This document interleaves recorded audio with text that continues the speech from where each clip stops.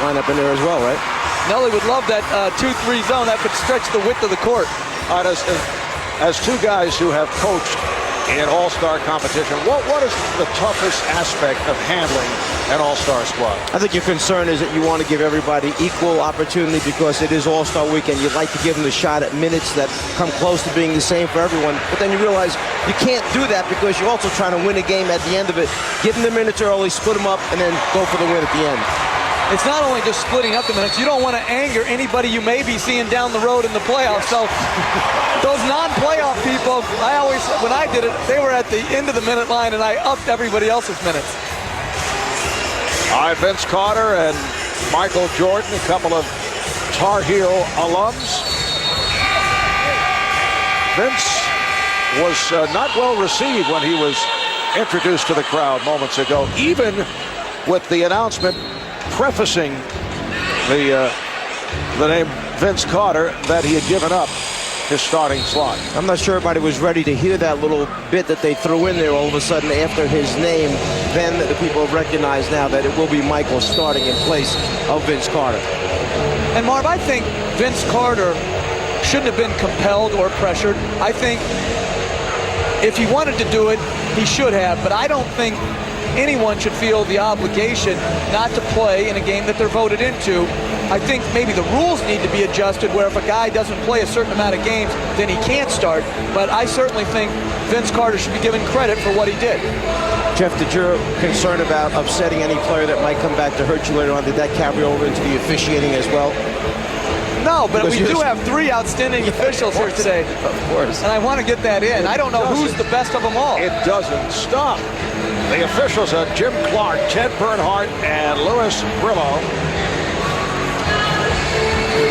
This an all-star game series that dates back to 1951. The first two all-star games played at the old Boston Garden last season in Philadelphia. The West beat the East 135 to 120.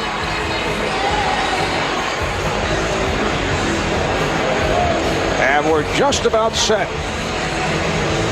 Marv, I don't care what Michael wanted. This is how it should be. Michael Jordan should be starting the last all-star appearance in his career. Michael, who will celebrate his 40th birthday in 8 days on February the 17th,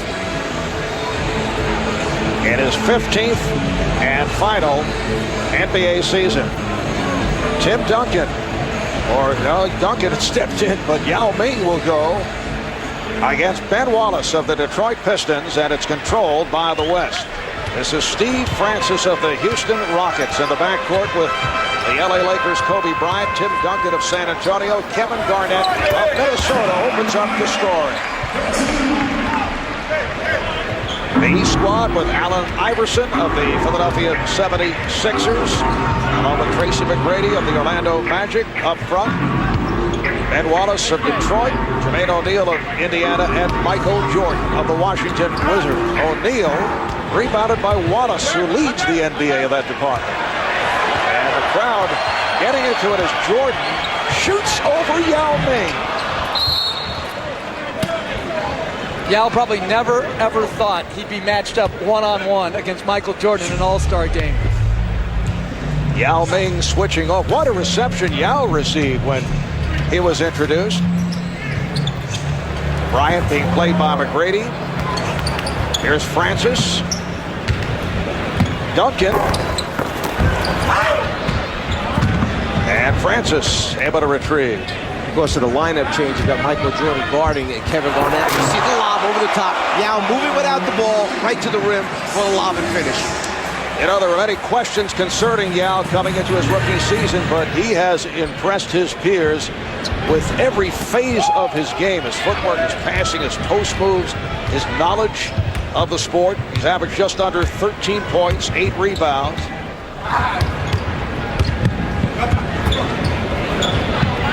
Garnett, yes. That's what makes Garnett so great. 6'11", he can play 5, 4, 3, and 2. He can guard on the perimeter, he can make a perimeter shot, he can post you. He's a matchup nightmare for any coach. Tracy McGrady McGrady from downtown. Tracy comes in leading the NBA, averaging better than 30 points per game.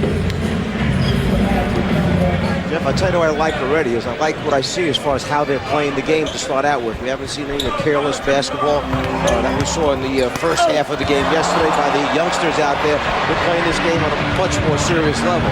Iverson with the lob, but overthrows, and it's out of bounds. Yao finds himself unguarded, so the first thing he does is go right to the front of the rim, and there we see the lob pass and the finish right there. Matchup on defense. I think you can find Yao on the floor. It's not that hard to find. Steve Francis with the scoop, and it's the West 8 and the East 3. So are you referring to your victory in coaching the sophomores over the rookies yesterday? Jeff, as you know, he has been just impossible with that come from behind win. Here's Jordan for 3. And Michael has missed on his first 2 shot attempts. It's a 4-on-2 for the West. Bryant went behind the bag, but turns it over. Yep. Once again, Kobe trying to put a little mustard on it right here. And as we see, going back underneath the backboard, trying to finish on the other side. That's where you meet all the white jerseys that are protecting the rim. And that's a good sign because they're playing competitive. They're not just letting somebody get to the front of the rim. Oh, what a move by McGrady to the reverse. And the East has opened up one for its first 7. Steal by O'Neal. Iverson behind the back. McGrady was looking for a foul call. Nice pass by Iverson, the West 8, and the East 5. 3.5 gone by. Bryant got the step. Duncan with the 10. The West just has so much overall size. Garnett is bigger at the small forward than Wallace is as the center for the East. It's just a size advantage all night for the Western Conference. And then when Yao Ming goes out, fella by the name of Shaquille O'Neal can check in. Jermaine O'Neal cuts it to a 3-point West lead. Shaq's a pretty good 6-man, I'd say. Kobe Bryant way off on that 3-point attempt. McGrady's pass broken up. And the quickness of Steve Francis leading to the break. Steve Francis having a terrific season for the Houston Rockets. Trying to lead the Rockets to the playoffs for the first time since 1999. Iverson met on the switch by Duncan. Here's Jordan. This crowd wants so badly for Michael to hit that first shot. He's 0 for 3. And Ben Wallace with a good play, reaching in to deflect it out of the hands of Yao Ming. You see the deflection, Garnett always active, hands on the ball, and then Stevie Francis coming up with the steal and the finish. McGrady trying to work on Garnett. Iverson with the step, lobbed it, and Duncan able to pick it off. The West with a 12-7 lead on the East.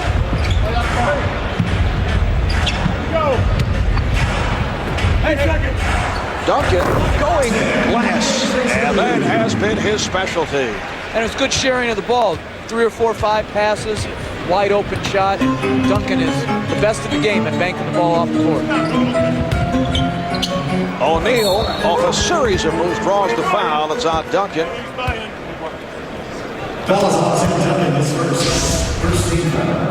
Jermaine O'Neal getting better and better this season in his low post moves, down low at the basket area.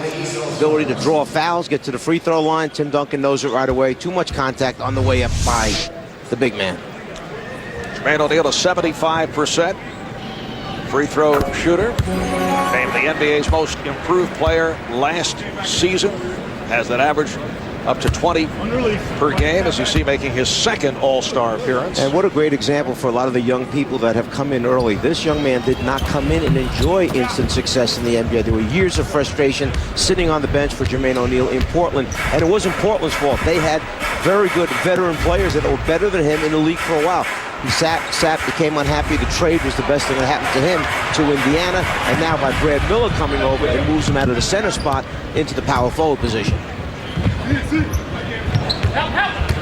Iverson Wallace through the double. Here's Jordan. Jordan again. And Michael 0 for 5 here at the start. Yao lost it. Jordan on the loose ball. Crowd wants him to fire, and he does.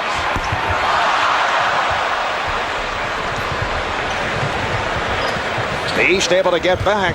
Wallace breaks it up. And Wallace, the NBA's Defensive Player of the Year last season, but that pass thrown off the mark. And a timeout is being called.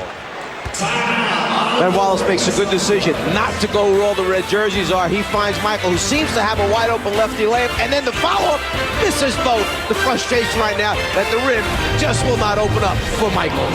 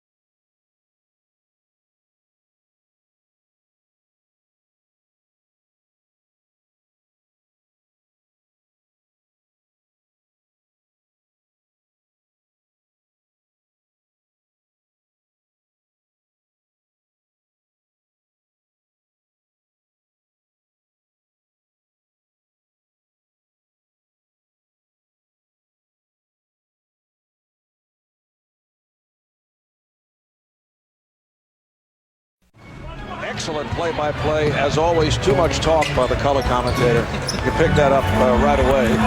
It's about 5:45 a.m. in Shanghai. Oh, Wallace is fouled. Nice pass. Allen Iverson has opened up here as a playmaker. Some nifty passing by Iverson, and once again, the East to the line. Allen has a good feel where all the white jerseys are going right, but knowing somebody's back there left, he finds Ben Wallace, and then Kobe trying to get it from behind commits the foul. Ben Wallace at the free throw line has struggled throughout his 7-year NBA career, a 44% foul shooter this season. Ben Wallace of the Detroit Pistons, who have won 4 in a row. They have the 3rd best record in the East. Terrific season for the Pistons. Nice move by Jermaine O'Neal.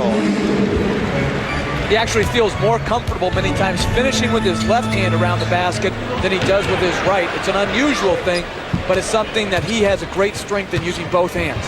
Kobe Bryant trying to set it up. Here's Kevin Garnett. Rebounded by O'Neal. It's a pretty good looking front line out there for the Western Conference when you think about Garnett, Duncan, and then Yao Ming, the skills of Yao Ming. And then you talk about skills. How about Tim Duncan? And there's Ben Wallace just missing the finish. Garnett run into by Jordan. Michael looking puzzled about that foul. Well, during this evening's NBA All-Star Game, 989 Sports, PlayStation 2 is proud to present spectacular pictures from Skycam.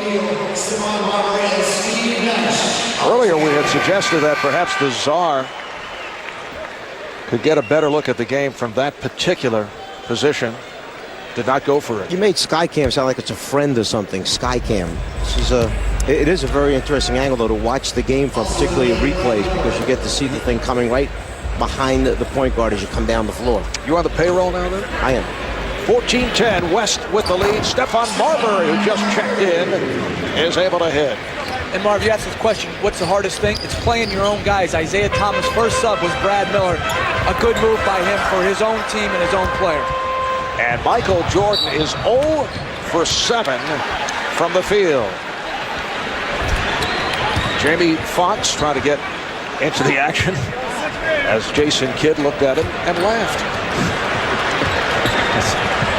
We have participatory fans here in Atlanta.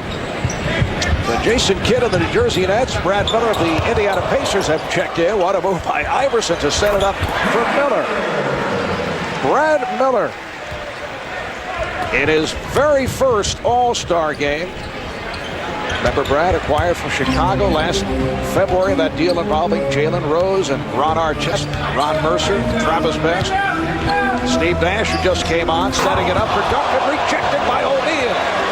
And here comes Kidd. Iverson met by Nash. Iverson, yes. Well, let's go back to Brad Miller for a second. When we think about free agents at the end of the season, the first two names become Duncan and Kidd. We see Stephon Marbury bringing it up, giving a little show at the same time there.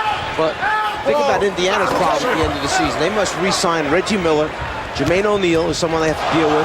Then you talk about Michael Jordan finally scoring the basketball. And then Brad Miller, who's had an incredible year as a free agent as well. Stephon Marbury, the former Net, acquired in the deal for Jason Kidd, and they're matched up against each other. O'Neal not able to handle the lob pass, and a timeout has been called with the East coming from behind to tie the West at 16.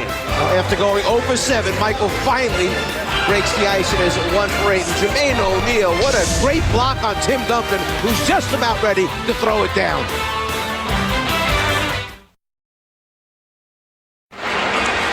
Welcome back to Phillips Arena in Atlanta. Marv Albert, the Czar, Mike Fratello, Jeff Van Gundy, Craig Sager, and Cheryl Miller, along with a star-studded crowd, including Denzel Washington, Hall of Famer, one of the NBA's great players, Bill Russell, Isaac Hayes, Janet Jackson is on hand, and Puff Daddy sitting courtside will be checking out the crowd during the telecast. Shaquille O'Neal now working against his good friend Brad Miller. You recall the altercation they had last season. Fortunately for Miller, Shaq whiffed on the punch. Yeah, it was the altercation that almost led to the decapitation. Yes. Whatever that word is. Decapitation. Yeah, Good. whatever. Oh, the Czar. Oh, Jordan missed the stuff. Michael missed his first 7 shots, and he's now 1 of 9 from the field, looking to go at Shaq, and he does. And the ball's knocked out of bounds by O'Neal. Michael said to Shaq, "You come out here and guard me." Shaq did. So Shaq went out and played him aggressively on defense. And we see Michael right there missing the dunk. But Shaq played him pretty well. And then when it went off his foot, Michael said, "Okay, come and do it again." Now Sean Marion of the Phoenix Suns, who just came on, is guarding Jordan. Michael hits the jumper, and he just said, "About time." Well, he was in much better rhythm there, going off the dribble on a hard pull-up instead of easing into open shots. 8-0 run by the East. Marion had it knocked away. Nice play by Jason Kidd. Dirk Nowitzki of the Dallas Mavericks, who is certainly among the MVP candidates, has checked in for the first time. Nowitzki is up front with O'Neal and Marion. Marbury shooting the 3 and kept alive by Nash. Minute 25 remaining in this first quarter. And the East is playing very small. Vince Carter's playing at the power forward here. Brad Miller at the center, a very small team. Nowitzki. And last touch by O'Neal. Brad Miller right now is looking around saying, where's the help going to come from as far as rebounding goes? You got to get 5 white jerseys on the glass. And a look at the unit on the floor. Michael Jordan now will sit down. And here's the applause. Paul Pierce checks back in. This is not what Michael had in mind, though. A surprise starter at the last instant. Vince Carter saying, "Take my spot," although Vince had objected early on and felt that, well, the fans had voted him in. It would be unfair to the fans. Nice play. Jason Kidd able to score. So obviously there was a degree of pressure placed on Carter, and Michael did start, but only 2 of 10 from the field. Here's the double on O'Neal. And a little traveling. No call made. Here's the lob. Iverson fields it, gets it back to Kidd. Miller is fouled. Hacked by Nowitzki.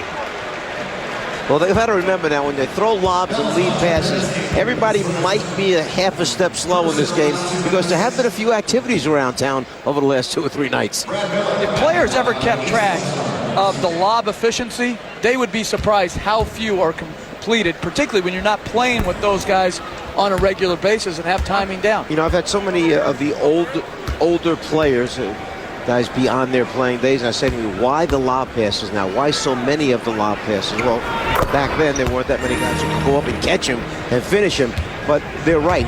You can keep this game very simple and still be very effective in it by throwing bounce passes or chest passes. Good play by Pierce, leading to this. Iverson. And he blows the layup. Iverson again. The East with a 23-16. There's the lob that does work. Shaquille O'Neal puts it down.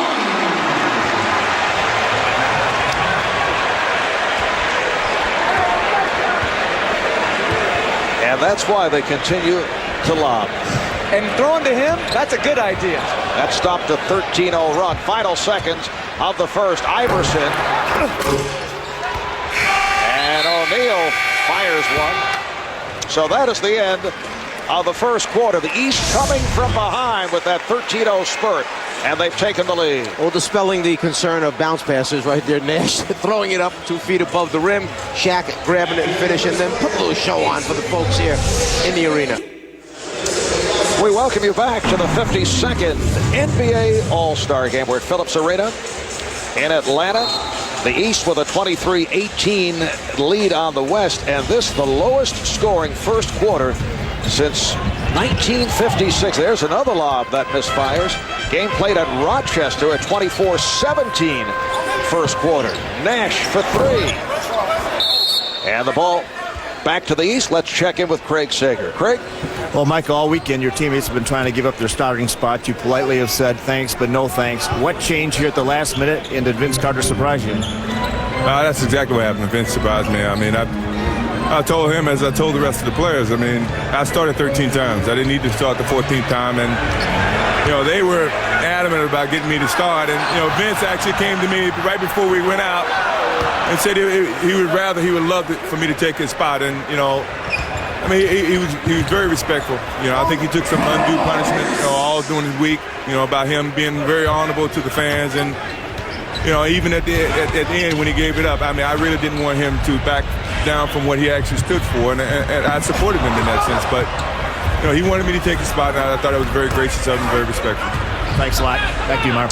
All right, Craig, there are also intriguing dynamics going on with Michael Jordan playing for Isaiah Thomas. You recall in Michael's All-Star Day. Oh! Vince Carter on the stuff. And once again the lob, and Sean Marion does it with the reverse. You recall Michael's All-Star debut back in 1985. Isaiah reportedly encouraged teammates to freeze out Michael to keep the ball away from him. And then reportedly it was Michael's influence.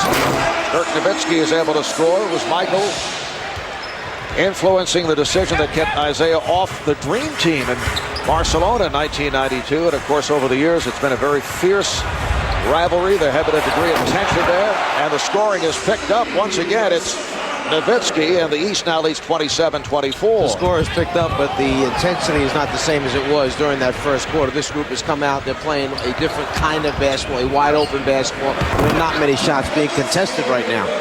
So I know you talked about that subject of the fierce rivalry between Isaiah Thomas and Michael Jordan. You talked about it with Isaiah. Yeah, and Isaiah has mentioned that this was really a real dark spot in his basketball career as Paul Pierce hits it, because it's something that he's had to bear and live with all this time. And I certainly am not one to pass judgment on it. I was not part of that, what went on. And over the years, as this thing has been great writing material for people, those two people had to live with it and hear about it. And Isaiah really got sick of it because it was a dark spot on his career. And we see now quick pass over to the right side. Brad Miller, instead of shooting the jumper, just puts it up high enough, and that's real high for Vince Carter.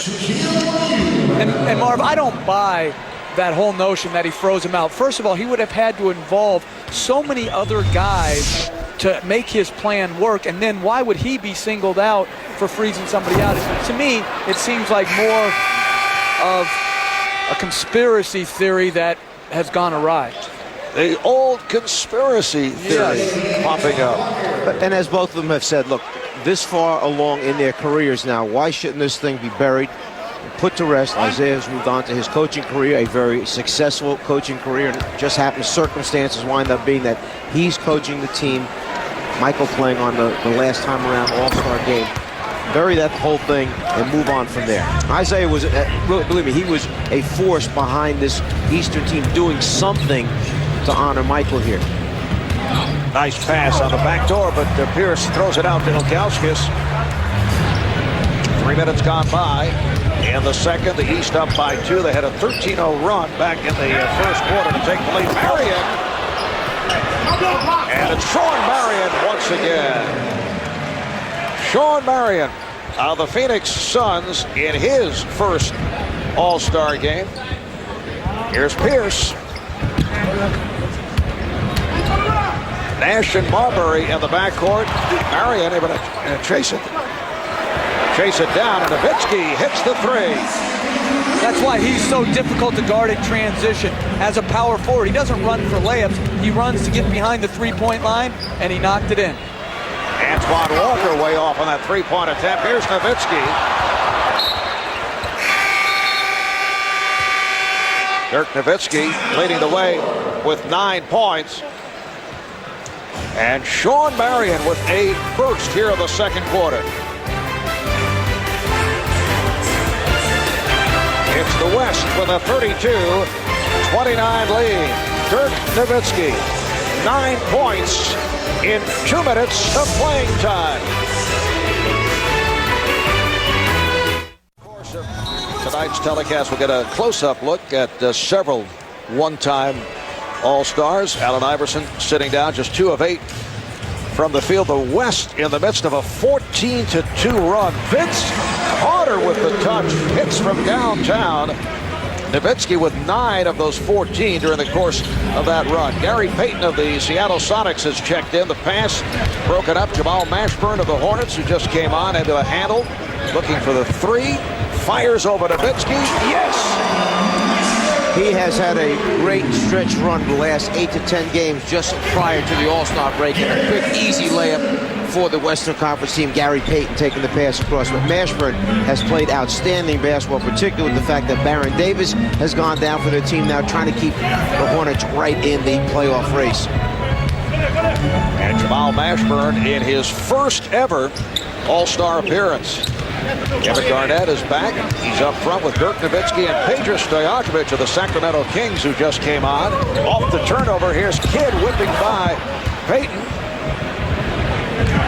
Jason Kidd grew up with Gary Payton, one of his heroes. They both grew up in Oakland, California. Kevin Garnett, and the West leads by 1. 5 minutes gone by in the second quarter. Well, Mark, we heard Craig Sager mention at the end of that piece on World Be Free about the ambassadors, and I wonder sometimes, who are the ambassadors of the future out here? Which of these NBA guys, when their careers are done, as we see Antoine Walker, a little turnout, are going to be the ones that are out there spreading the word about the NBA and what this is supposed to be all about?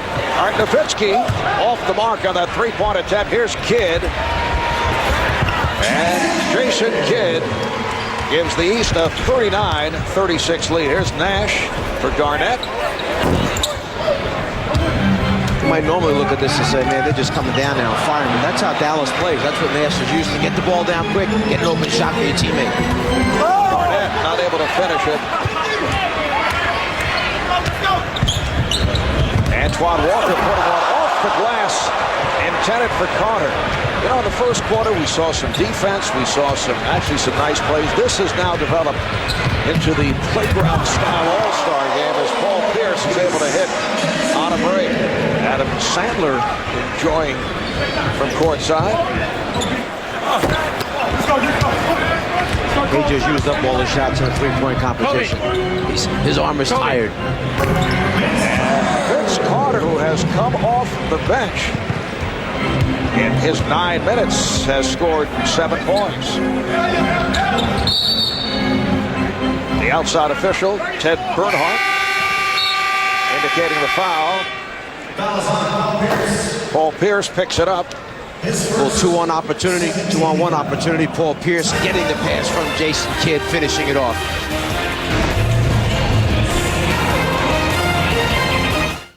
Huge fundraiser at Evander's home. Only about 37 rooms in his mansion. And the human highlight film, Dominique Wilkins, who I believe has been at every conceivable function this All-Star weekend. You know what? There's one of the ambassadors. Dominique Wilkins, Magic Johnson, and our own Charles Barkley. They have been the greatest ambassadors. They have been all over the city running all kinds of events and trying to get as much as they possibly can in every second of each day. And Marv, charging for some admission sometimes. Well, they run these parties at night, but believe me, forget the parties at night. The other stuff they've done all day long is it's been really tiresome for them because they have been asked to be all over, and they have certainly responded. So, are you doing public relations on the side? No, I'm just being honest about that ambassadors thing because I think they do a very, very important job for our NBA. All right, here's Kobe Bryant from downtown. And for Kobe, his first field goal coming up on 5 minutes remaining. In the first half, the East up by 4. Paul Pierce, Antoine Walker, Jamal Mashburn, Vince Carter, Michael Jordan on the floor for the East. Michael played the first 11 minutes when only 2 of 10 from the field. Pierce off the pick. And Bryant gets it back. Garnett. Oh, my goodness, a bounce pass. A bounce pass from Kobe that led to a dunk by Kevin Garnett. It can be done the simple way. And what's changed on the break defensively is in the first quarter, people were going up to contest the shot at the basket. Now they're just letting people finish. Vince Carter should have made a play.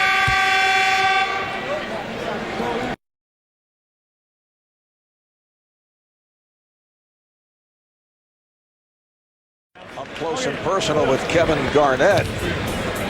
Garnett with 8 points now in his 13 minutes of play. Walker being guarded by Duncan. Antoine Walker, who leads the NBA in three-point shots attempted and made, did not have a good time last night, though, at the three-point competition in the skills won by Peja Stojakovic of the Kings. Let's check in with Cheryl Miller. Cheryl? Thanks a lot, Marv. I'm joined by the son, Sean Marion. Sean, I know this is your first All-Star game, but with that last reverse dunk, you didn't look nervous.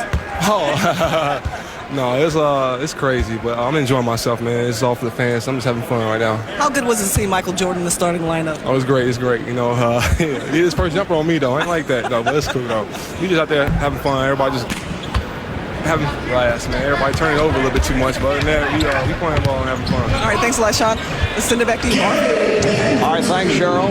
Sean Marion, who's been teaming with Mari Stoudemire, Stephon Marbury to give Phoenix one of the most athletic and exciting tandems in the NBA. It's been an excellent turnaround season for the Suns. Mashburn for 3. That's his second from downtown. There's some beautiful ball movement. Double team in the low post area. Kick it out, one pass, swing it over, 2 more passes, and then got a player like Mashburn who knocks it down for you in the end. That's what makes the NBA special. Good offense against very good defense. That's what makes it compelling. You know why the game has settled back down again? Because Michael Jordan's on the floor is one of the reasons. Kobe Bryant for the other team. Both of those guys bring a sense of order to the game. And Jordan just turned it over as he went 1-on-2. Peyton Stojakovic able to go glass. Another great play on the break by Peyton. He could have taken the shot instead. Extra pass over to Stojakovic. Open 12-foot bank shot. Once again, the matchup is Kobe Bryant defending on Michael Jordan. Now Tim Duncan switches off. Bryant comes back. Now Mashburn over Duncan. And here comes the West. Peyton lobs it for Garnett. And Kevin Garnett turned to Michael Jordan and pointed, basically saying thank you for moving out of the way, because he very easily could have wound up by accident underneath Garnett's legs and taken him out from under him as he went up for the lob. Kevin Garnett, the first to hit double figures. He has 10 points. Here's Walker for 3. Antoine Walker from downtown, the East 50, the West 47. You see Antoine Walker wearing that knee brace. He is really in pain with that leg. It is a very bad knee that he has right now as a result of an injury that happened about 2 weeks ago. He sat out, missed a couple games. He's playing in this because it's the All-Star game, and it means that much to him. And it has been a frustrating start for Michael Jordan. And this is 13th and final All-Star game. Beautiful lob here, Peyton to Garnett.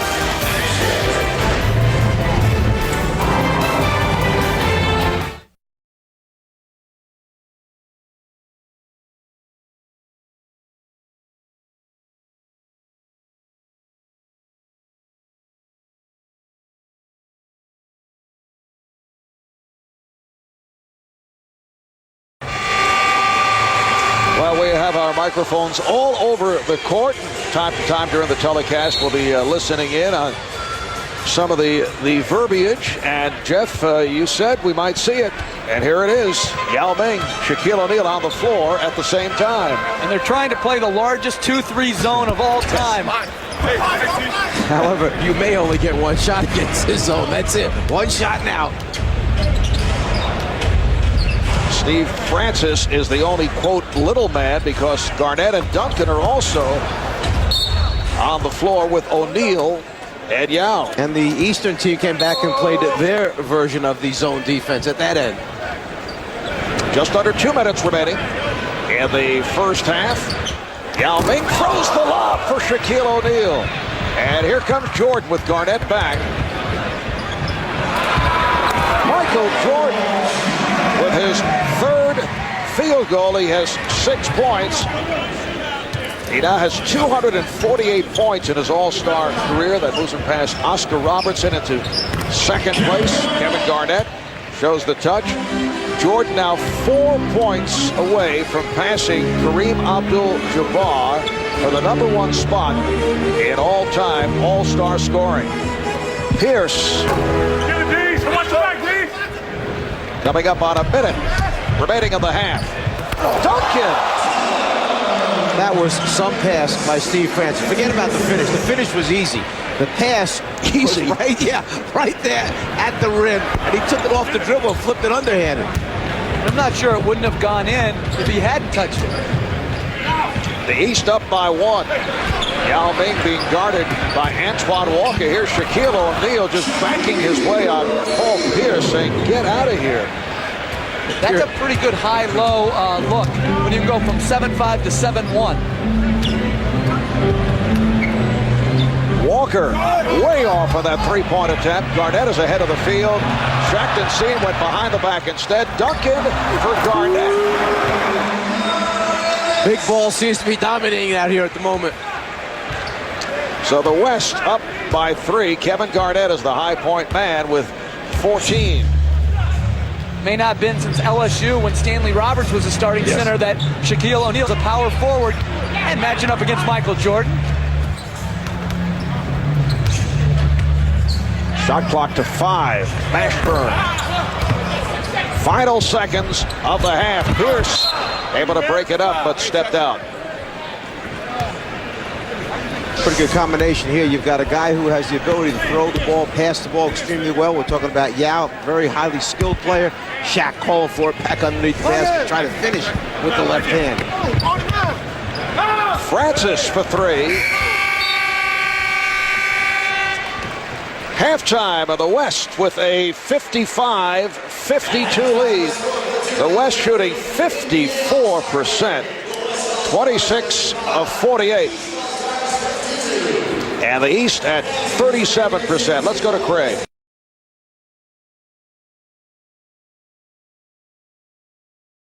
Graciously stepped aside and gave his starting spot on the East squad to John Havlicek, who was wrapping up an illustrious career. Well, as Michael said from the beginning, he did not want, and it's very difficult, but he did not want this weekend to be all about Michael Jordan. But as Allen Iverson goes to the basket and finishes, but that's what everybody wants. They want this to be about Michael, not taking away from All-Star Weekend, but he obviously is the focal point. The West now up by 1. Jason Kidd starting the second half, so Michael Jordan will be coming off the bench. Kobe Bryant not able to hit. Jermaine O'Neal with the rebound. So Iverson and Kidd in the backcourt. O'Neal up front with Brad Miller and Tracy McGrady. O'Neal and Garnett pegs it ahead. Picked off by O'Neal. Miller try to lob it. And back comes the West. Steve Francis of the Houston Rockets try to set it up for Kobe Bryant. McGrady from Iverson. I really like how Iverson's playing in this game. He's making his teammates better. He's bringing the second defender to him, creating easy opportunities for his teammates. And that's the fourth assist for Iverson. Bryant for Francis. Good ball movement by the West, leading to this, an open shot for Francis. Francis from downtown. Well, that's the type of unselfish play that you'd like to see take place as Iverson takes to the basket and still shows you, Jeff, that he does remember how to score the basketball. The game is tied at 58.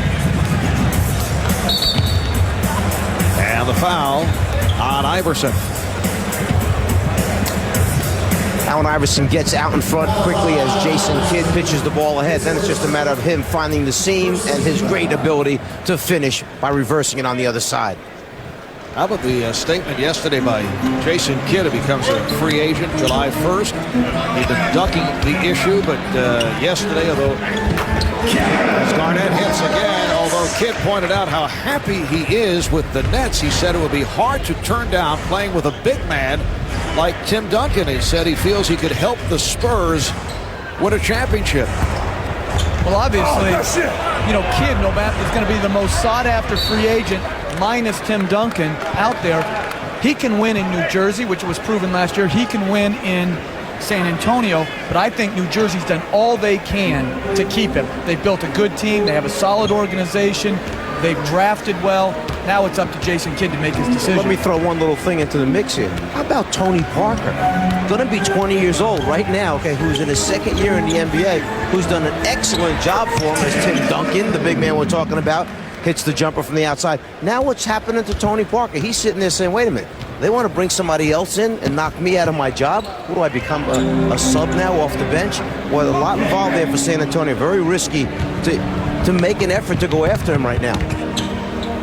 Tony Parker is an outstanding second-year player. Duncan is rejected by O'Neal, but Jason Kidd's addition, I would think, would accelerate the possibilities for San Antonio. The Spurs will be well under the salary cap after the season. You know what's hard to do, Marv, is win and be under the salary cap. The Spurs management has done an outstanding job remaining a championship contender and, as Jason Kidd knocks down the three, and still having the ability to add great players like Jason Kidd. Jason nearly went for the hat trick, but hit on his third attempt from downtown. Duncan is fouled, so Duncan will go to the line and we'll check in with Craig Sager. Well, Marv, last night, Jeff Gordon competing in the Budweiser Shootout, finishing second at Daytona. Now he's singing in the stands at the All-Star Game. What do you think of the game so far? It's great. I mean, it's awesome to be here to see Jordan play for the last time in the All-Star Game, and I know he's going to get 5 more points here, but it's a great event. I mean, it shows a lot of where NBA's come from, where they're going, and we're excited about TNT covering it because they do a lot of stuff with NASCAR races. Our NASCAR starts in July, but Marv earlier was talking about the gridlock, having trouble getting around. How are you getting around the streets of Atlanta? I actually had to get out and walk, so the traffic's incredible here. Reminds me a lot of a NASCAR race. Well, Marv, don't feel bad. If Jeff Gordon has to walk through traffic, I guess we all do. Marv? I was going to walk. Lazar just refused to get out of the car. That is not true. We actually had to walk back. The entire group last night had to walk back to our hotel. It was much quicker. It would have been a 35, 40-minute wait. Instead, just walk 3 blocks, made it easy. West with a 3-point lead, 3.5 gone by in this third quarter.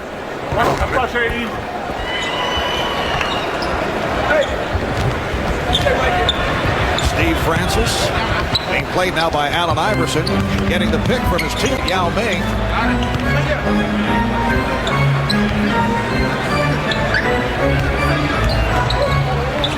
Now Duncan with the mismatch. And tipped home by We'll just let that offensive goaltending go by for right now since he put his hand inside the bottom of the rim to finish it. Here's McGrady. 10 points for Tracy. Off the turnover, Iverson. Yes. That's a 3 for Iverson. Allen Iverson, the most valuable player of the NBA All-Star Game 2 years ago. 25 points, 27 minutes at 15 points. And that comeback in the fourth quarter. Kobe Bryant taking to the rim. It counts. And We're going to foul. something.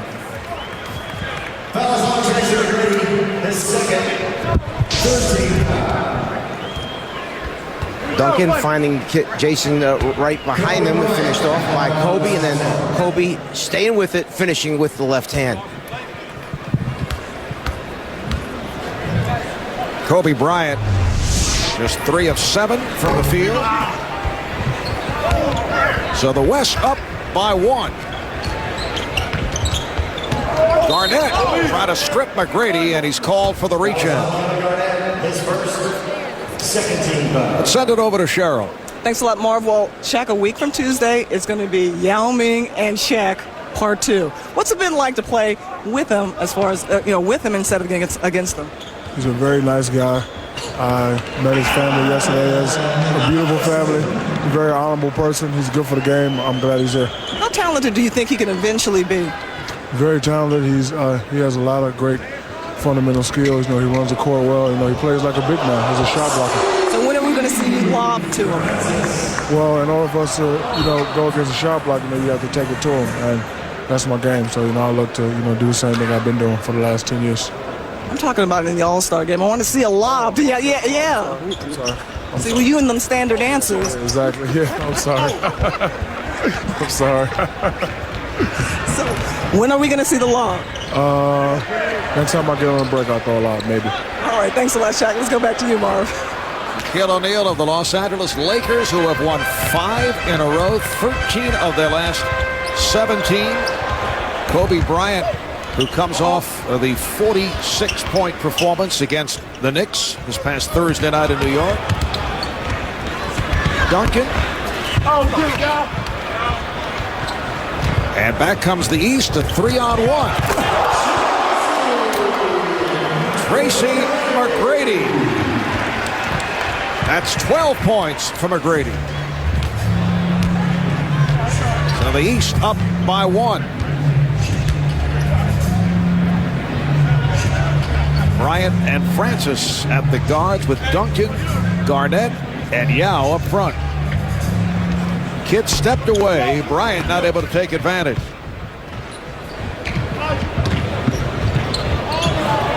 Brad Miller able to finish. Nice setup from Allen Iverson. He's not a household name, but he runs the floor extremely well in transition. Him and Jermaine O'Neal can really run the floor. He was on a nice receiving end of a good fast break pass.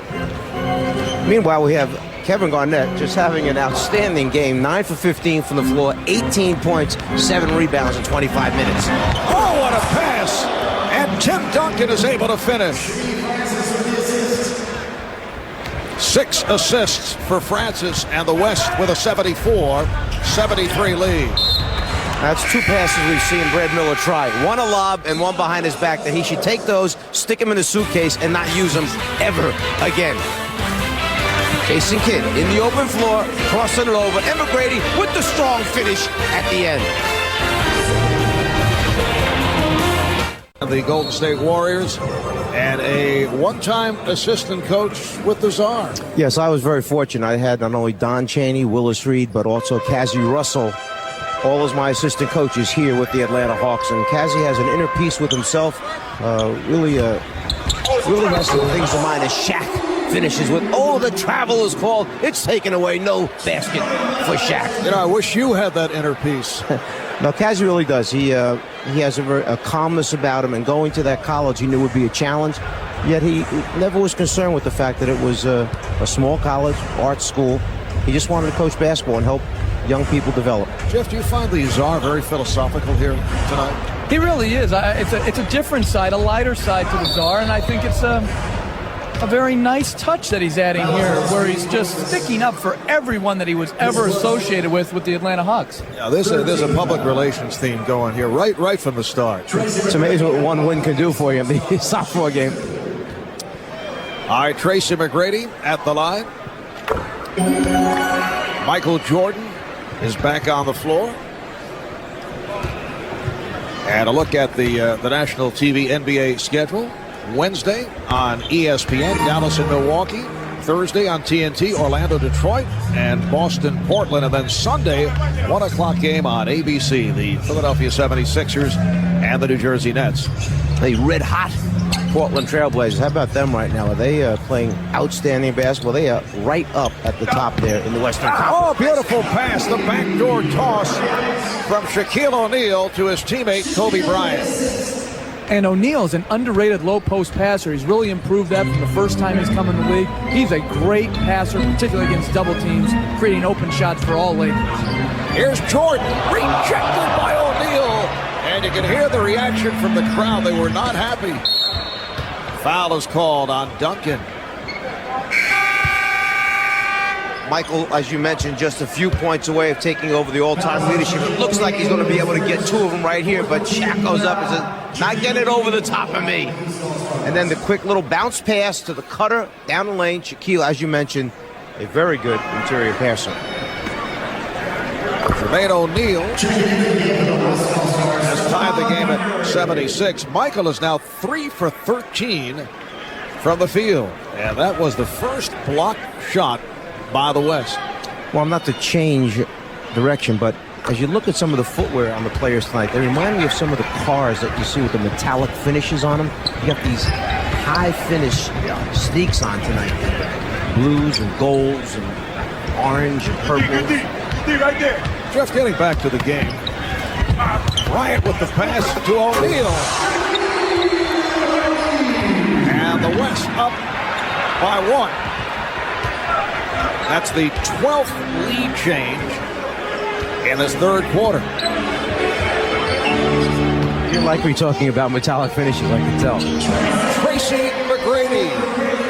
So the worst shoes, though, I have voting for Yao with the powder blue low cut. Non-metallic finish, that's the whole key. There you go. There's Yao. And there's powder blues, a little Carolina. Maybe he's showing respect to Michael Jordan that he wore the Carolina blues tonight. That could be it. Inside, the power. He wants to tear that one down right there. And as he runs back down, Kobe sticks out his hand to give him a 5. Shaq ignores. He says to his teammate, not right now, just leave me alone. Michael Jordan able to hit the fadeaway over Gary Payton. So Jordan with 8 points is now 2 away from passing Kareem as the all-time all-star scorer. Tim Duncan right back.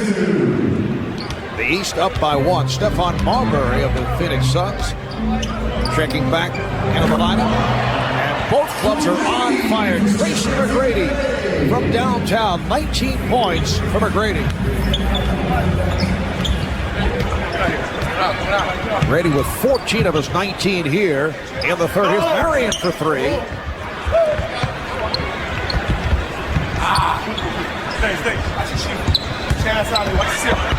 O'Neal changed his mind. Duncan.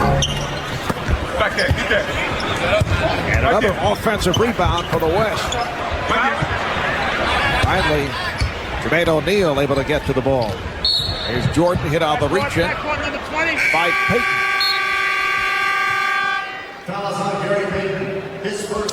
So Michael Jordan within 2 points of taking over the top spot in all-star scoring.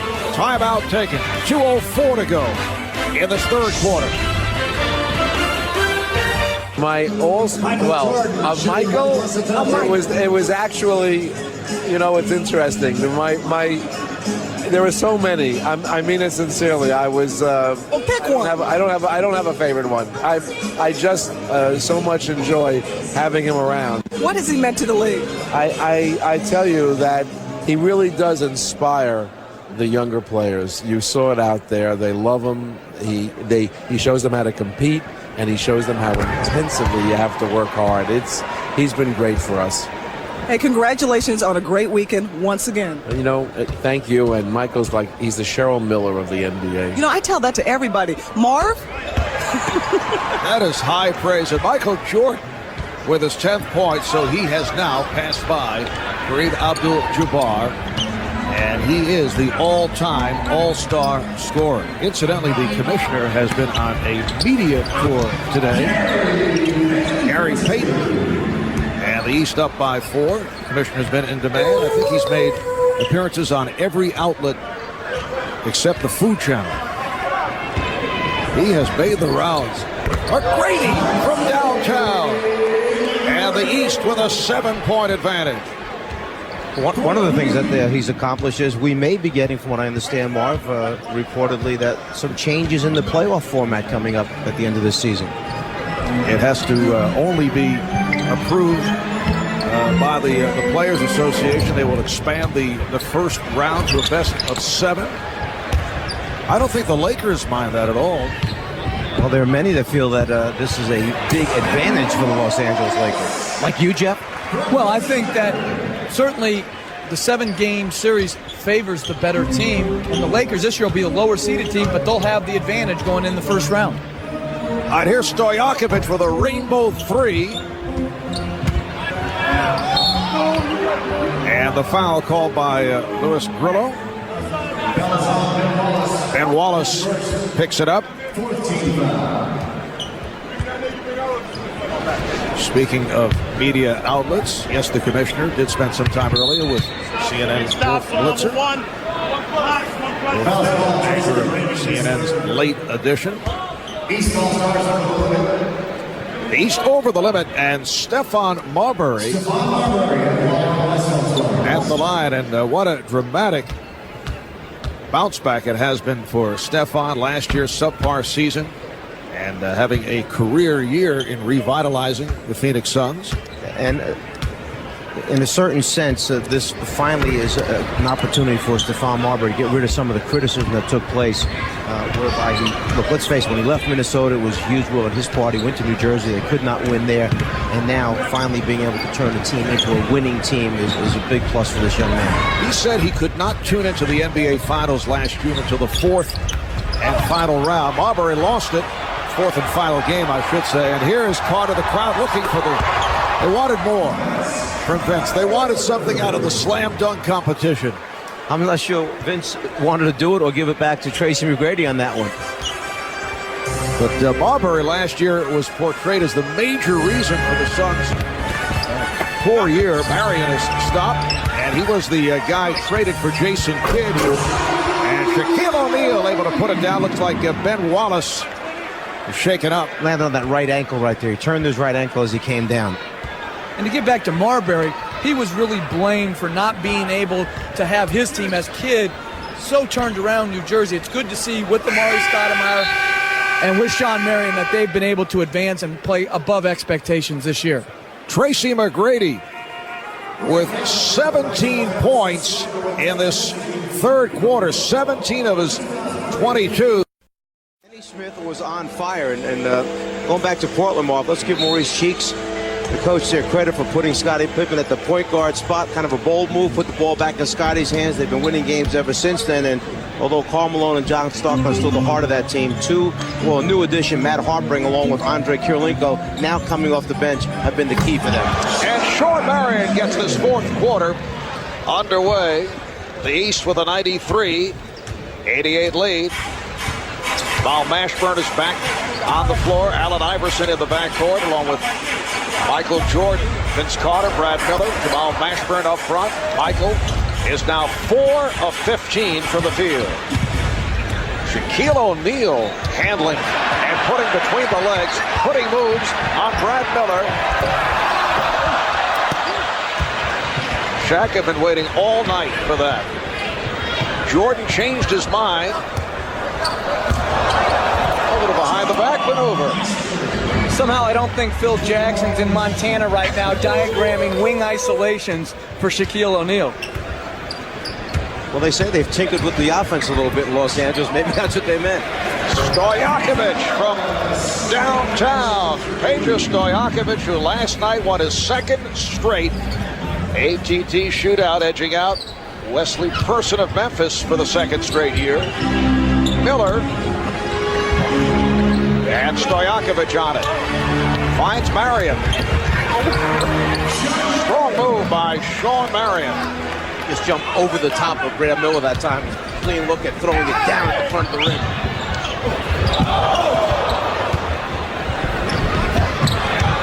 And the steal by Mashburn. The East up by 4 in the course of tonight's All-Star game.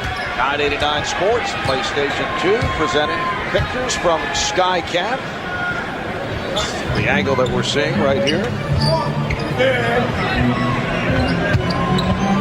Shaq.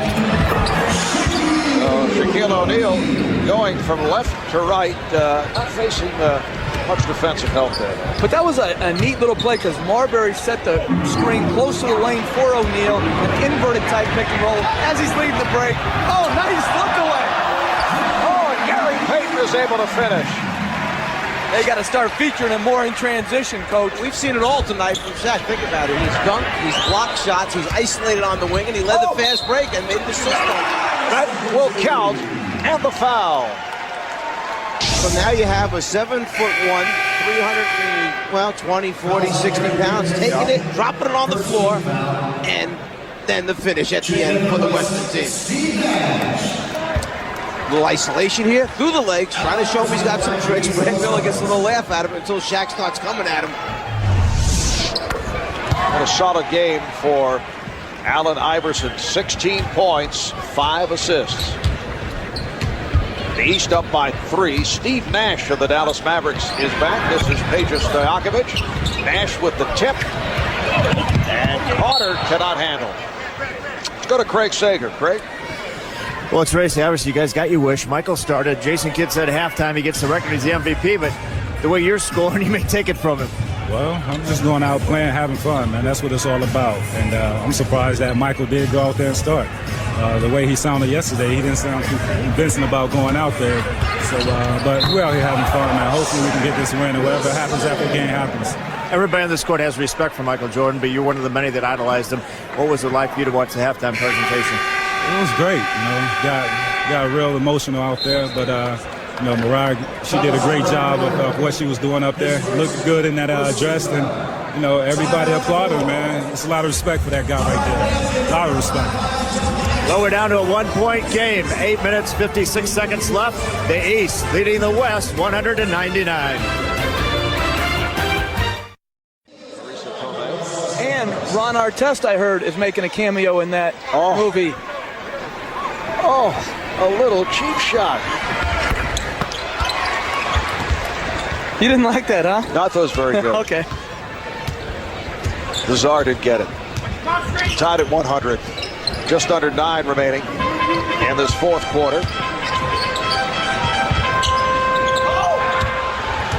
So, Jeff, when you're back on the coaching lines and the muscular Ron Artest comes in your direction, I'm heading the other way, understand. but I'll tell you what, I'd take 12 of him on my team. I'll tell you that right now. I love the way he approaches a game. I love the way he plays it.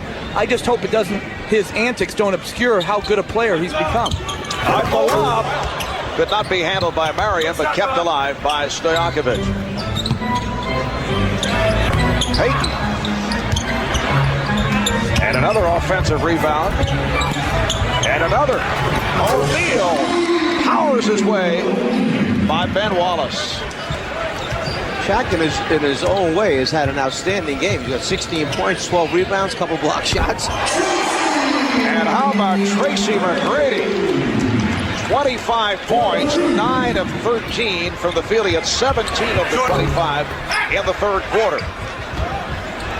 And back comes Jordan. The lead for O'Neal. Nicely done.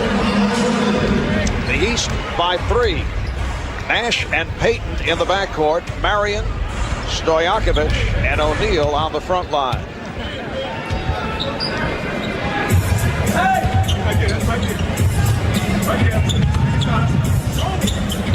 Shot clock is down to 5. Here's Nash for 3. Rebounded by McGrady.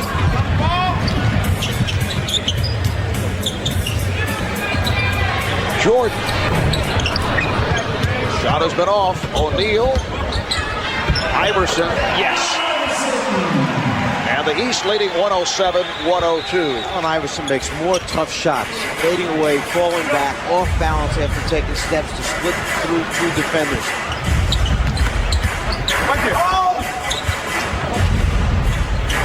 Open shot for Payton.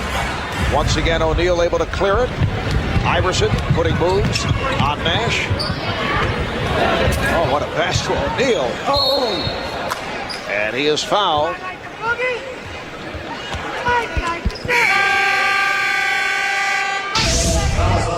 Eastern Conference team realizes that they have to take advantage of every opportunity they can in transition so that they can get some easy scores, easy look at the basket. They get Jermaine O'Neal running on the floor. This time, Pager lays it up. You see Shaq keeping it alive, and then Shaq gets his balance, finishes, knowing he's too strong, too big for Ben Wallace. And substitutions for the West: Dirk Nowitzki, Tim Duncan, Kobe Bryant return. Jermaine O'Neal, who spent 4 years with Portland, bypassed college, became the youngest player ever to play in an NBA game, making his second All-Star appearance. And what a year it's been for Isaiah Thomas and the Indiana Pacers.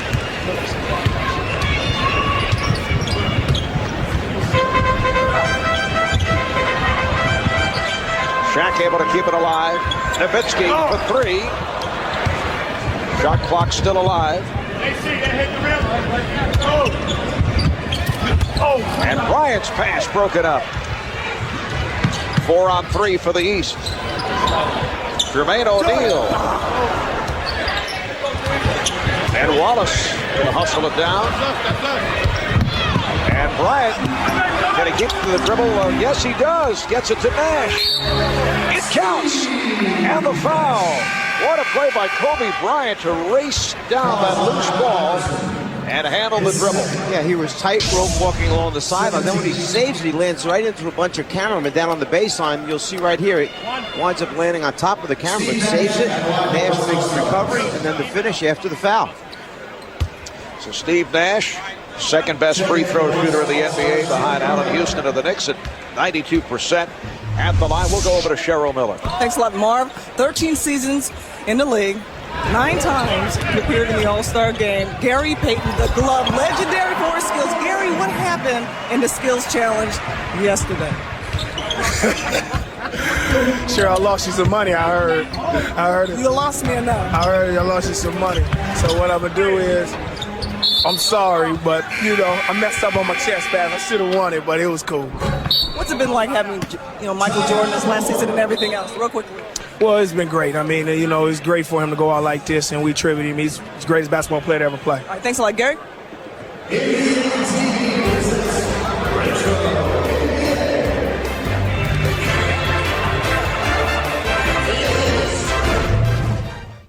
Shaquille O'Neal meeting once again. And a look at the Shanghai Sharks, Yao's former teammates. It's 12:42 in the afternoon in Shanghai, China. Checking out the action on Chinese television as we showed you earlier. Here's Jordan. Yes. Coming up on 5 minutes remaining in the fourth, and the East with a 112-104 lead. Michael Jordan now 6 of 18, 14 points. Foul is on Bryant. That's his third. Michael is actually having fun right now. He really is. He wants to hold on to this lead. He wants to win the game with the Eastern Conference, and he's playing very, very hard right now. And the East has picked up its shooting in the second half. Nowitzki not able to hit from downtown, but Kevin Garnett is there. So Garnett with 20. Allen Iverson was caught on the back of a much bigger Western Conference player. Just tried to knock it out of there. Instead, tipped it to the wrong team. Jason Kidd. And here's Michael Jordan. 16 for Jordan. He's got much better arc and rotation on the ball in the second half. It's up in the air. He's giving himself a chance to make those shots. And he's also being guarded by a bigger man who's giving him a cushion, so he's got more airspace to rise up and shoot it. So the ball back to the East. Tracy McGrady is the high point man with 25, 17 coming in the third. Allen Iverson with 18 points and 6 assists. Garnett leads the West with 20, and Shaq 16 points, 12 rebounds. I'm not sure Michael was ready for the fact that Allen Iverson was tracking him the entire time and threw a beautiful bounce pass through the lane, anticipating Michael coming out on the other side of the rim. Foul is called. A reach-in foul. Let's go to Craig Sager. Craig? Well, Marv, it is Michael Jordan's night, but a couple of players on the East bench not happy, not getting any playing time in the second half. Teammates Paul Pierce and Antoine Walker, the Boston Celtics. I asked Paul Pierce why he wasn't playing. He says, you have to ask the coach. I asked Antoine Walker if he was all right. He said, yeah, ask the coach. Isaiah's comment was, it's my team. Well, Paul Pierce, 13 minutes. Antoine Walker, only 10 minutes. Zydrunas Ilgauskas, 4 minutes. I was concerned whether it was the knee brace on Antoine Walker, which I know he's still in pain on that one. And then the concern with Ilgauskas is the numerous surgeries he's had on his feet. Just under 4 minutes remaining in this fourth quarter. Kobe Bryant tried to extend, could not hit. It's the biggest lead of the night. Here's Jordan with the change of pace. And rejected by Bryant. Jordan. And you know Kobe took great pleasure in that because of Michael stealing the ball from him from behind before. So Michael has been blocked twice, once by Shaq, once by Kobe. Garnett gets inside. But see, that's what I think he loves about it, is they're competing against him instead of letting him just do what he wants. That's what's exciting about the All-Star game, is when people compete to their utmost ability. Iverson. But Doc Rivers, the coach of Orlando, had a suggestion that you up the ante in the All-Star game and play, as Kevin Garnett throws it down, up the ante in the All-Star game and play winner take all. Well, the winners get 20,000. The losers receive 10,000. That's a big $10,000 incentive to you and me. Maybe not to them, but to you and me, I'd be going all for it. We're just under 3 remaining in the fourth. Duncan not able to handle that pass. Iverson on the move, whipping by Nowitzki. Allen Iverson protecting the ball on Dirk Nowitzki. 22 for Iverson. Francis, yes. 118-112. The East with the lead. The East has won 4 of the last 6 All-Star games. The West won last year in Philadelphia. Overall, the East with 32 victories. They dominated the West with 19. Here's Jordan with a flip that goes home. And the crowd responds. Michael Jordan with 18 points. You can see what this last 2.5 minutes means. When you see the guys tugging on their trunks, getting down that serious defensive stance, they're digging in right now. Duncan. So with a minute and 40 to go in this fourth quarter, it's a 6-point lead for the East. And Garnett and Duncan are so fundamental. They have a hard time playing in a game that's so scattered, but they are just excellent at passing, catching, and finishing in the lane. McGrady putting the move on Garnett. Garnett got a piece of it. McGrady able to retrieve. Shot clock down to 1. Here's Kidd. And it's a 24-second violation. This is the play now where Kobe Bryant finally gets a little revenge. Michael fakes him out, but Kobe comes right back from behind and blocks it with the left hand. And then Michael getting a much bigger player to get up. Played in his first All-Star game back in 1985. That was in Indianapolis. Ralph Sampson was the game MVP. Michael went only 2 for 9, 7 points in 22 minutes. Tonight he started 0 for his first 7. He's 8 for 15 since then. Garnett blocked from behind, but a foul on Jermaine O'Neal. Nice job that time of throwing the ball right back to the top of the circle. They had a high-low situation. Tim Duncan saw Garnett sealing his man on his back. Garnett wanted the ball go back to the top and throw it in. Excellent execution. Kevin Garnett, 12 of 18 from the field. He has 24 points. It's a 6-point lead for the East. The stars for the East, Tracy McGrady, Allen Iverson. As we start thinking about MVP possibilities, Kevin Garnett has led the West. I have to go right now. If the East can continue on with this lead, it has to be, in my mind, Tracy McGrady, even though Iverson has also played an outstanding game. Iverson's played very, very well. Tracy McGrady, outstanding.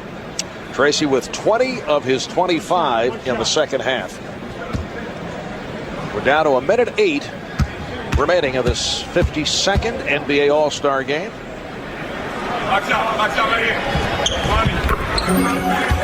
26 for Garnett. Now, what do we do all of a sudden if the West makes a couple of baskets? I'm going to talk about MVPs for the West. Is that it? You don't want to give them any credit now? You're a guy who makes quick adjustments.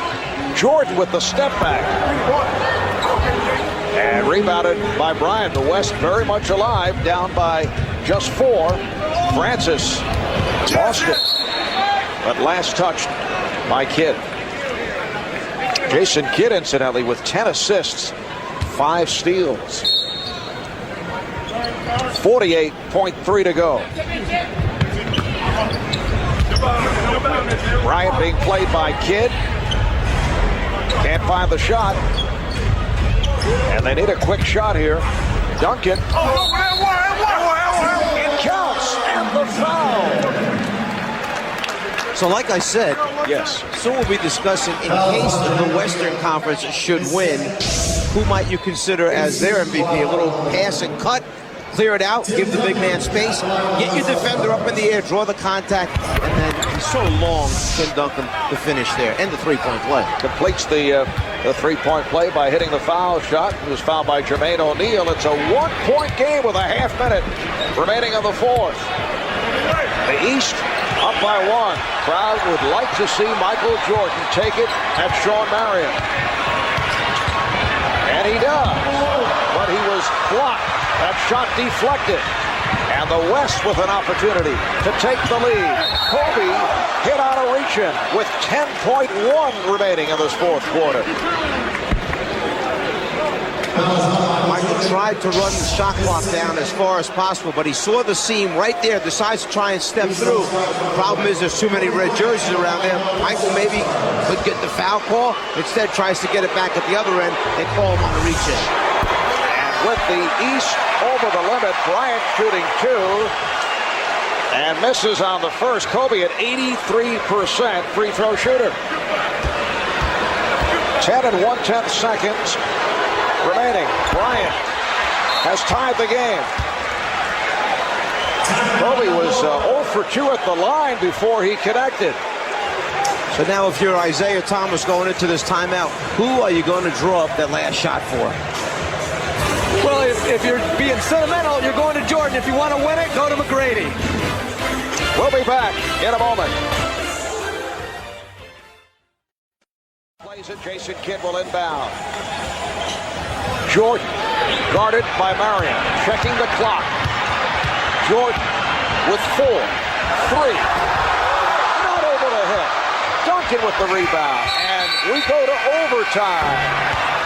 Well, Isaiah certainly gave him the opportunity to be the star at the end of the night. The ball was up on the rim. Michael got a look. He had a tall, active defender on him, which made Michael fade away, fall away just a little bit more than he would have liked to. 12 of his 18 in the second half. Got off to the bad start, missed his first 7 shots, 8 for 25 in his 34 minutes of play. The high point man, Kevin Garnett, with 26 points, and Tracy McGrady leading the East with 25. Allen Iverson has 22. And it's interesting, Jordan starting overtime on the bench, and O'Neal has now come back in, and they've gone with the big front court again for the East, or the West, I'm sorry.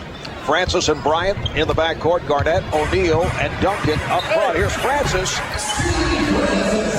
Steve Francis has given the West a 2-point lead. So the West has come back from a 10-point deficit, and they have scored the last 10 points. Iverson met on the switch by O'Neal. Jermaine O'Neal Iverson skying for missed time, but able to get to it. Iverson wide open. Look for the better shot. I actually thought maybe Allen might try to bank it off the glass from that particular angle there, but instead he's so used to playing it straight in, he went back to his strength.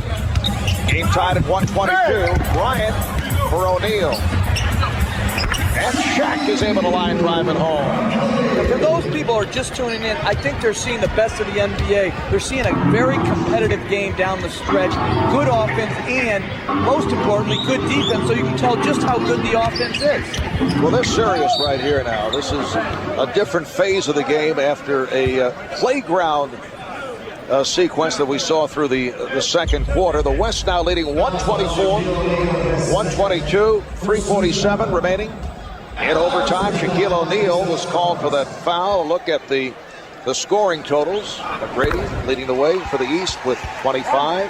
Iverson 24. Garnett with 26 points. Allen Iverson at the line, hit the first, and has tied the game at 124. This the 6th overtime game in the history of All-Star competition. It's a series that dates back to 1951. Bryant, yes. Bryant's had an outstanding game. That time, catches the ball, puts it on the floor, suddenly pulls up and gets a clean look, and we see Allen Iverson come right back with the finish at the other end. Allen Iverson, the MVP of the All-Star game 2 years ago, making a strong bid here tonight. You mentioned the overall game he had been playing while Michael was on the floor. Now Michael goes to the bench. Allen Iverson decides he may have to be the one to be the scorer out there for the East. No, it's on Duncan. And what's so amazing is how well he finishes in traffic at his side. Until you're up next to him, you don't realize how small and slight he is. He's just a great finisher because he can take the hit and still get it up on the board. Iverson has 29. He scored all 7 East points in the overtime, and Kobe Bryant right back from downtown. The West 129 and the East 127. Iverson for 3. Rebounded by O'Neal. And O'Neal blocked from behind by Kobe Bryant. 21 remaining on the shot clock. Kobe Bryant somehow getting a piece of that shot attempt. All right, here's McGrady. And a foul is called. Foul committed by Shaq. That is his third. And the 13th foul committed by the West. Oh, the steal by Bryant took it out of the hands of Kidd. Kobe Bryant. And Kobe with 7 points here in overtime, plus a huge rejection. 17 in all for Bryant. The West up by 4. Iverson feeling the contact, fouled by Bryant. From the end of regulation time into this overtime, Kobe has been a huge factor here for the Western Conference. He fakes with the left, sticks it in there, and now picks his pocket, comes down at the other end and shows the great finish by bringing it back over his head two-handed. It's his competitive spirit that really separates himself. He competes each game, each practice in the summers to get better, and then right there, he didn't just pick any point guard. He picked the best point guard in the game today in Jason Kidd. And here's Michael Jordan checking back in, replacing Ben Wallace. So Isaiah Thomas is going with a 3-guard set. He has Iverson, Kidd. Jordan would be considered the small forward along with McGrady and O'Neal. And Isaiah Thomas has shortened the rotation here in the second half. He's going for the win. 2.5 remaining in OT. Garnett. So the West has taken command. Garnett has 28. The West up by 5. This is one of those duels. If you're the big team, do you stay with your big team? If you're the small team, do you take advantage of mismatches in your favor at the offensive end? Bryant drops it. Steve Francis from Kobe Bryant. Iverson went behind the back. Dangerous pass thrown by Jermaine O'Neal, but last touch by the West. Get a wide open court in a 2-on-1 situation. It's a matter of running the floor, which we know Steve Francis has the ability to certainly go up, catch, and finish. we'll see Steve Francis throw back into Garnett, who has the size advantage over the top of McGrady, lifts up, and hits that little 10-foot baseline jump. The East in possession, down by 7. Jason Kidd, nice adjustment by Kidd to cut it to 5. A minute and 45 remaining in overtime. It's almost a reverse to what the fourth quarter regulation time was, with the East leading by 5. Now it's the West up 5. Deflected out by Duncan of the West.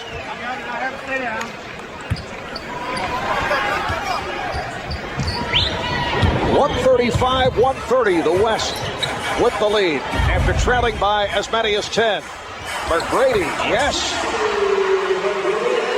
So the West lead is down to 3. Jordan try to steal, kept by Francis. A minute and 15 remaining in overtime. Be a foul Shaq right now and put him on a foul line. Shot clock to 5. Down to 3. Down to 1. Bryant.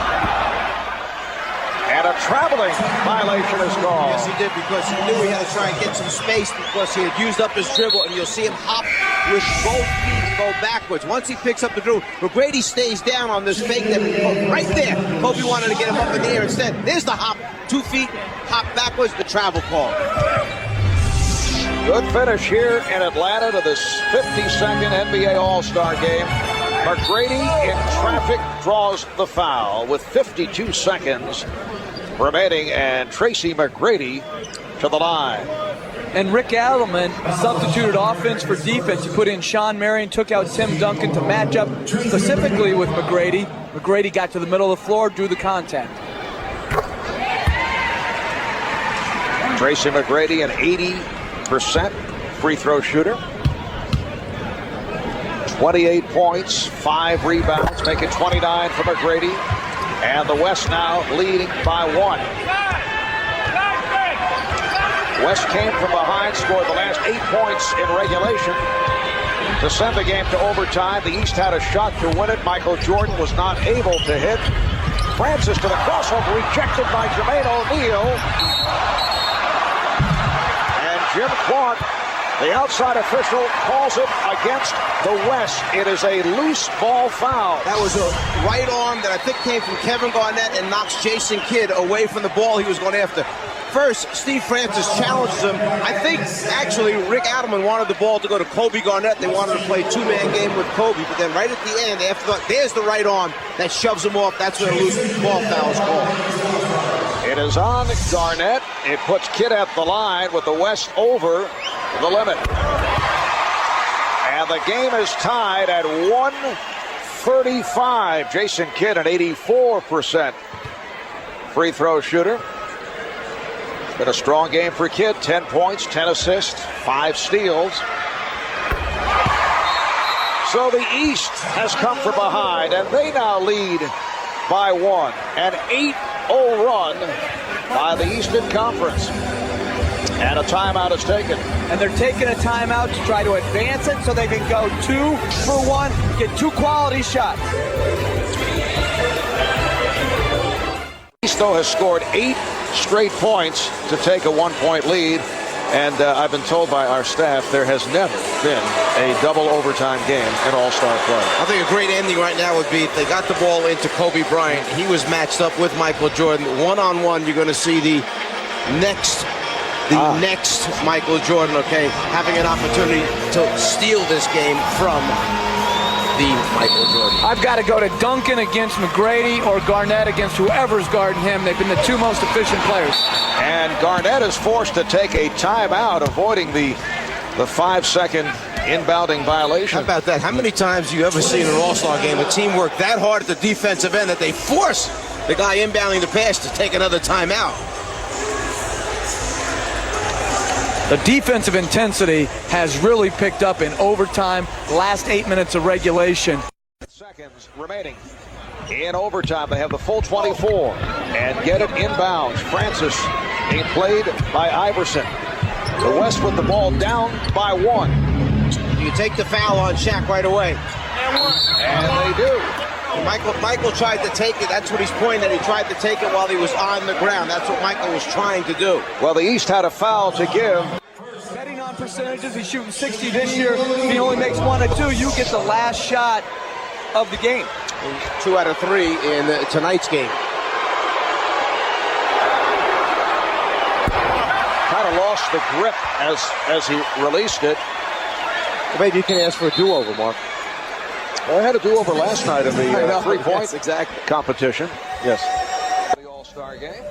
And there's the head coach of the West, Rick Adelman of the Sacramento Kings. This is his second All-Star coaching appearance in the last 3 years. The Kings had 34-17 at the break. That's the second best record in the West, right behind Dallas. Mark, I thought maybe Isaiah would bring in one more big man to rebound the basketball in case Shaq misses it. Well, he hits 1 of 2, and the game is tied at 1:36. They have the full clock. And apparently there was a problem with the clock.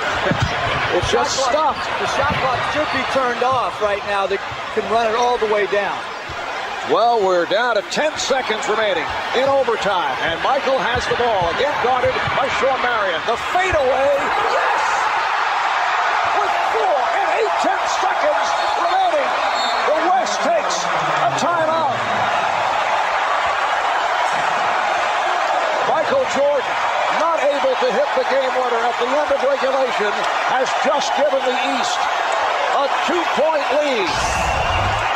Marvin, as we see, Michael takes the fadeaway again over the outstretched arm of Sean Marion and just hits an incredible shot right there. Again, we see it. Marion gets up into him. He's going to force him to take a tough shot.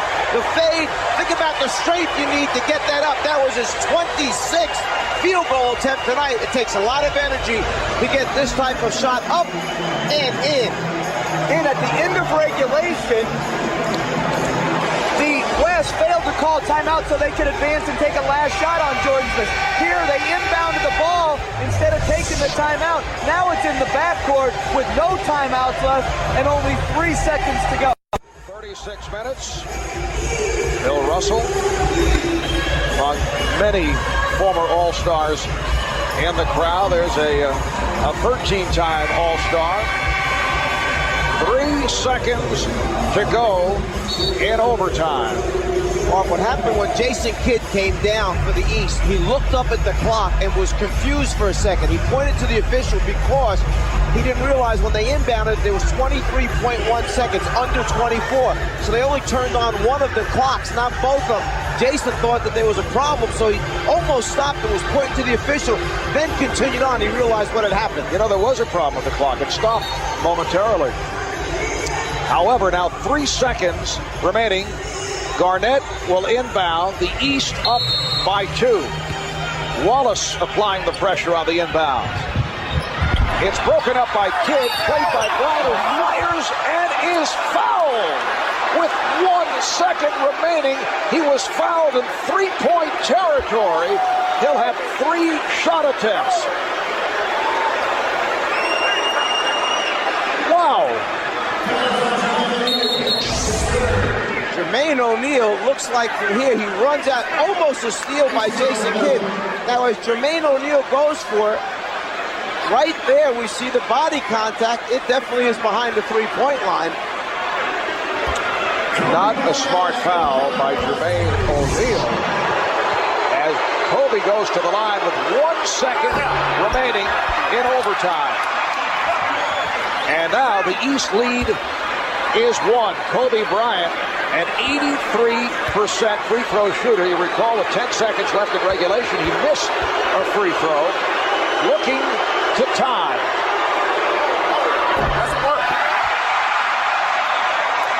And now it comes down to the third shot. Michael Jordan goes over.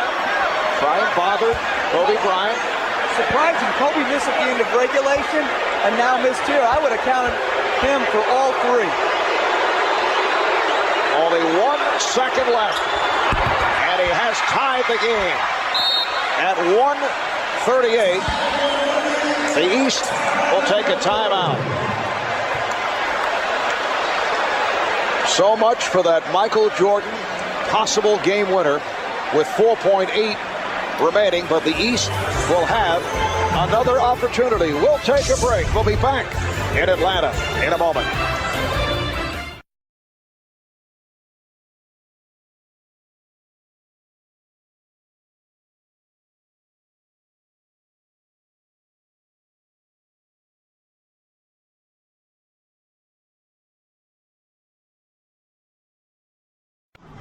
Back in Atlanta, Marv Albert, Jeff Van Gundy, Lazar, Mike Fratello, Craig Sager, Cheryl Miller, in what has made the transition from a decent All-Star game to a classic with 1 second remaining in overtime.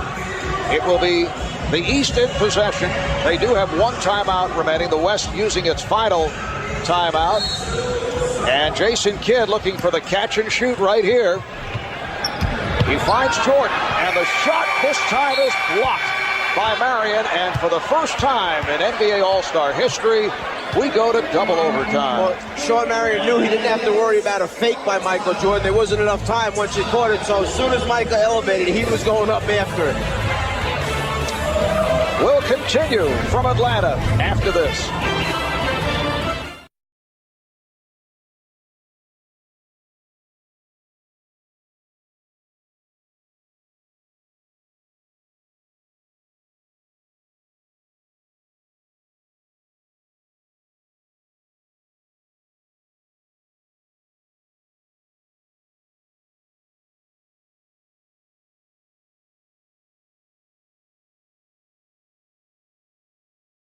In the OT, with 4.8 remaining, Michael Jordan going at Sean Marion, hit a jumper to give the East a 2-point lead.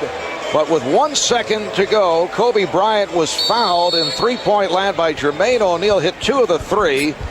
And that puts us at 138 apiece. I don't know if Michael Jordan expected to play 36 minutes plus, but he's been logging the time. Paul Pierce, though, has come on for Michael. Vince Carter is back. Here's Garnett. Draws the foul. It counts. It's on Carter, and Garnett to the line. If I was Isaiah Thomas right now, I'd really be worried about this team on the floor. I know he's trying to give guys minutes in the game, but the Western team that's on the floor has been out there. They're warmed up. They're active. You're bringing a couple guys in cold. You're very small right now. This could be a quick 8-zip, 9-0 burst for the Western Conference to start this next overtime. And because there's no power forward on the floor, Garnett or Duncan, whoever Wallace isn't guarding, is going to have an obvious mismatch. Just what happened down there for the three-point play. Garnett scored over Vince Carter. 31 for Garnett. Iverson. Here's Carter. Wallace tried to deflect it. Lands out of bounds, and the ball back to the West. The West up by 3 by virtue of that three-point play by Kevin Garnett. So Kobe Bryant handling it at the point. He and Steve Francis in the backcourt with Garnett, Duncan, and Marion on the front line. Garnett over Carter, taking advantage of the mismatch. Vince Carter has no chance in that matchup. Garnett's 7 feet. He has a high release. They have no double team schemes in. No chance to stop Kevin Garnett down the post. Wild shot by Carter. The West up by 5 with just over 1 minute gone by in the second overtime. West at one stretch had a 7-point lead in the first overtime. They double up on Garnett, forces, and hits. He is on fire. 16 of 22, 35 points. Iverson with the step. Sets it up for Pierce. And Marv, I think Isaiah Thomas just asked Michael Jordan, did he want to go back in? And I think he declined. He's ready to call it a day. Had a lot of minutes. Michael with 36 minutes, 27 shot attempts, 9 for 27. Francis for 3.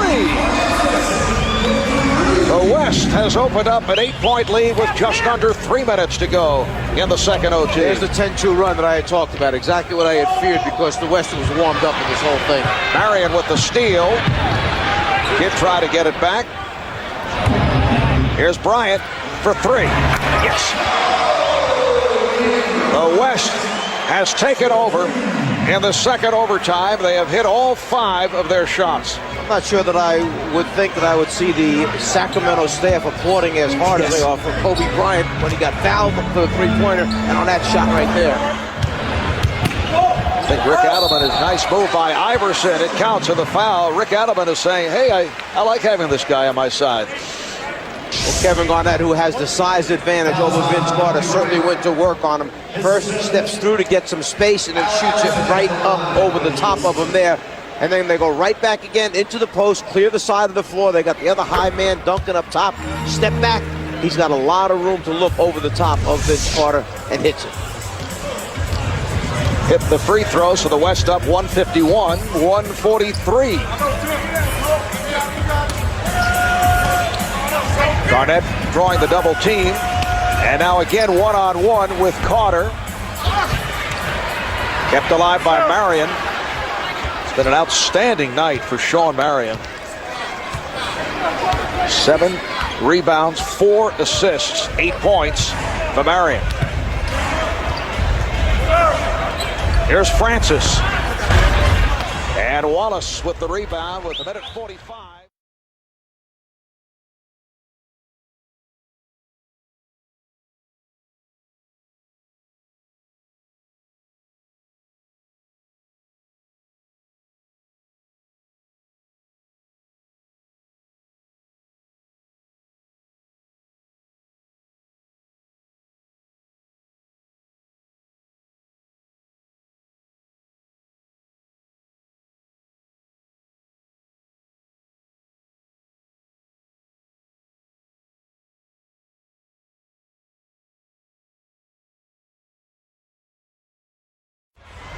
Remaining in the second overtime.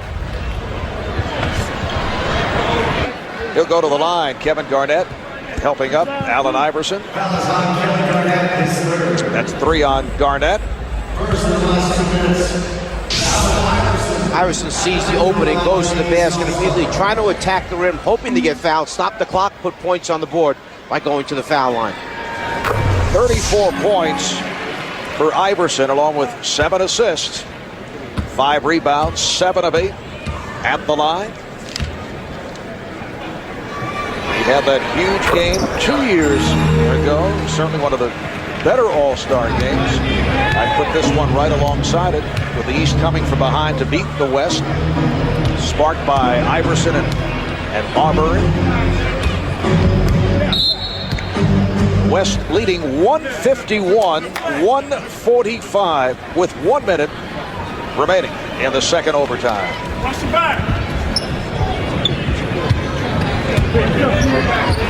Bryant and Duncan able to return it to Kobe. The lob for Garnett. And Wallace lost sight of the ball. Kevin Garnett with 37 points. Here's Kidd for 3 and came up with air. The ball back to the West. The East running out of steam in this second overtime. Czar, as you mentioned, a couple of substitutions made by Isaiah Thomas. But obviously Michael Jordan felt that was enough. And that also dictated the change in the lineup. Shot clock down to 5. Francis. A strong performance in this second overtime by the West. Francis now has 20. Here's Pierce from way downtown. Did he misread the clock? What was that? He just wanted to show you that he could shoot it from way downtown. Final seconds. And this one is over in double OT for the first time in NBA All-Star history. 155-145.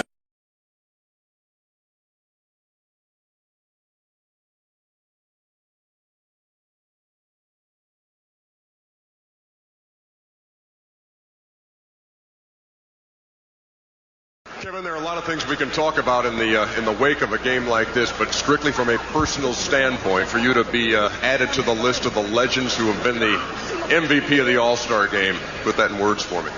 No, I can't. I think everybody enjoyed the game. Like Commissioner said, it was a great play. It was a great game just on the basis of this being Michael and very, very emotional game. And like I said, I couldn't have done none of this without my teammates. So I just want to thank the coaching staff and the rest of the Western All-Stars. At halftime in the ceremony that honored Michael, he looked at you bunch of players and said he felt like it was in good hands, that he was basically passing the torch to you. What is the responsibility in your mind? I think the responsibility falls not only on one single individual. I think, as you see what's behind me, we're in great shape with guys like Tim Duncan, AI, Stephon. The league is full of guys who can carry it, but I think it's going to be a group effort, and I think it's one challenge that we all look up to.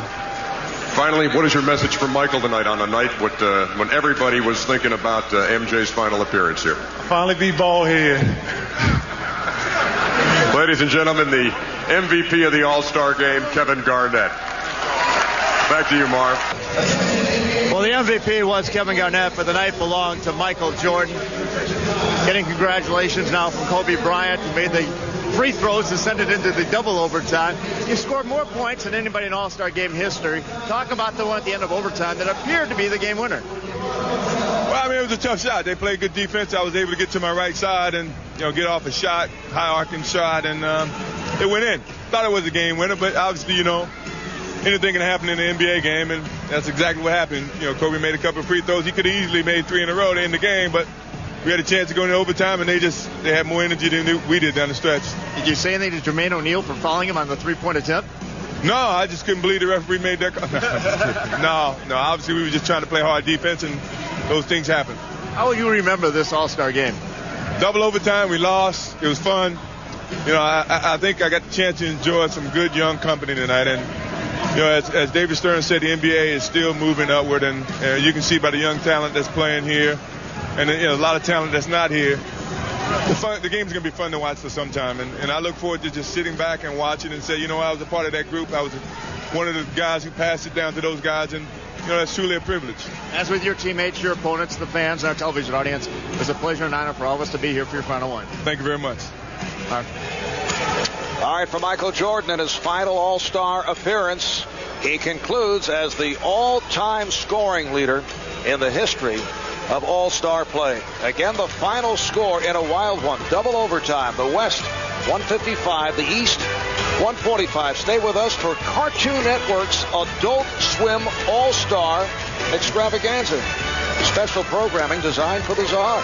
Those of you on the West Coast will see Martin Lawrence in Life. All-Star Weekend has been presented by TNC Sports, the home of the NBA playoffs, and exclusive coverage of the 2003 Western